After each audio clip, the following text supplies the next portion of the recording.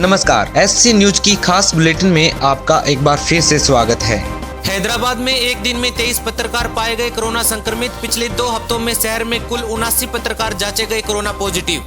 कर्नाटक की येडियुरप्पा सरकार उठाने जा रही है एक अहम कदम। अब बेंगलुरु में नहीं बढ़ेंगे कंटेनमेंट जोन, पूरे इलाके को सील करने के बजाय सील किए जाएंगे सिर्फ कोरोना संक्रमितों के घर। यूपी में शिक्षकों की नियुक्ति में धांधली की बात सामने आने पर अब जांचे जाएंगे सभी शिक्षकों के डॉक्यूमेंट। सीएम योगी आदित्यनाथ ने दिए आदेश।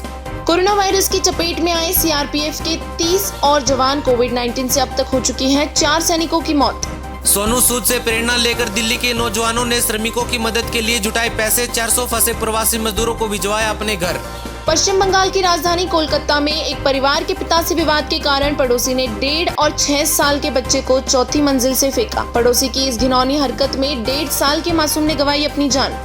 मुंबई में मरीजों की सेवा के लिए शिवसेना ने 85 एम्बुलेंस तैनात करने की पहल की। मुख्यमंत्री उद्धव ठाकरे ने पहले चरण में 24 एम्बुलेंस का किया शुभारंभ। कोरोना वायरस के चलते यूनाइटेड नेशन में 31 जुलाई तक लागू रहेगी वर्क फ्रॉम होम की व्यवस्था। संयुक्त राष्ट्र के महासचिव एंटोनियो गुटेरेस ने किया ऐलान। बॉम्बे और दिल्ली हाई कोर्ट में आरटीआई के बाद अब पीएम केयर फंड का होगा ऑडिट। साथ ही स्वतंत्र ऑडिटर की भी होगी नियुक्ति। यूएस मिलिट्री एकेडमी से पहली बार एक भारतीय सिख महिला ने ग्रेजुएट होकर रचा इतिहास। अनमोल नारंग नामक महिला ने 23 साल की उम्र में हासिल की ये कामयाबी। तमिलनाडु में हुआ कोरोना का संक्रमण तेज। चेन्नई समेत कई जिलों में 19 से 30 जून तक हुआ लॉकडाउन लागू। दिल्ली में प्रतिदिन बढ़ रहे हैं 2000 से ज्यादा केस। राज्य में मामलों की संख्या हुई 41,000 के पार। एक्सपर्ट्स ने कोरोना के मामले में दिल्ली की तुलना न्यूयॉर्क, लंदन और बेजिंग से की। विश्व में 80 लाख की ओर बढ़ रही है संक्रमितों की संख्या। नए आंकड़ों को देखकर WHO ने जताई चिंता। कहा लॉकडाउन हटाना पड़ रहा है भारी। ब्रिटेन में खुले 7,000 से भी ज्यादा रिटेल स्टोर्स। वहीं रेस्टोरेंट, हेयर ड्रेसर्स और सिनेमा हॉल्स का 4 जुलाई से खुलने का लगाया जा रहा है अनुमान। लॉकडाउन खुलने पर प्रशासन द्वारा सोशल डिस्टेंसिंग और साफ सफाई का रखा जाएगा विशेष ध्यान।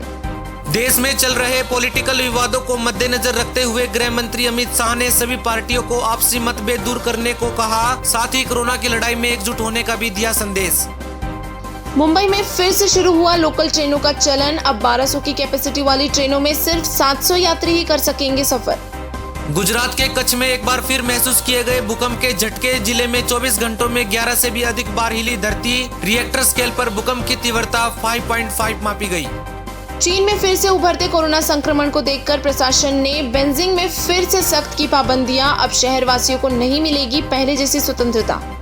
अब केरल में यात्रियों के लिए जारी किए गए नए नियम। अब बाहरी यात्री राज्य में नहीं ठहर पाएंगे 7 दिन से अधिक। ओडिशा के मयूरगंज जिले में एक शख्स ने जादू टोने के शक में अपनी चाची को कुल्हाड़ी से काटा। युवक फिर मृत सिर हाथ में लेकर 13 किलोमीटर पैदल चलकर पहुंचा थाने।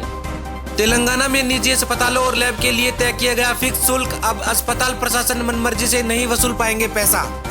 भारत में पिछले 24 घंटे में कोविड-19 से हुई 325 लोगों की मौत। वहीं 11,502 नए मामले आए सामने। देश में कुल संक्रमितों की संख्या हुई 3 लाख के पार। वहीं ऐसे न्यूज का आज का सवाल, महामारी फैलना, भूकंप आना या कोई अन्य प्राकृतिक आपदा क्यों आती है? इस बारे में आप क्या सोचते हैं? अपना जवाब कमेंट बॉक्स में जरूर बताएं। धन्यवाद।